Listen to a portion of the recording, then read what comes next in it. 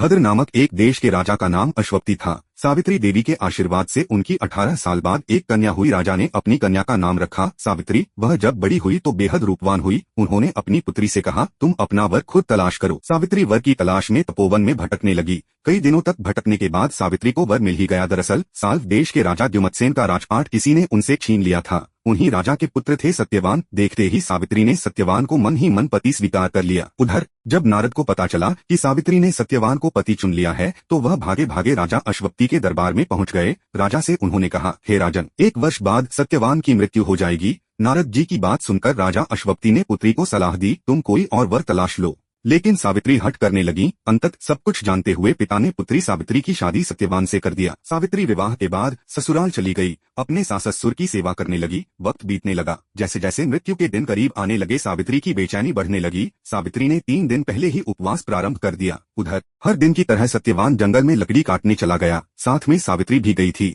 सत्यवान एक पेड़ पर चढ़कर लकड़ी काट रहे थे, तभी सिर में तेज दर्द हुआ। बर्दाश्त नहीं हुआ तो नीचे उतर आए। सावित्री अब सब कुछ समझ चुकी थी। सत्यवान का सिर गोद में लेकर वह सहलाने लगी। इसी बीच यमराज आए, सत्यवान को लेकर जाने लगे। सावित्री भी उनके पीछे पीछे चल पड़ी। पति के प्रति इस प्यार को देखकर यमराज ने कहा, तुम धन्य हो देवी, तुम मुझसे कोई भी वरदान मांग सकती हो।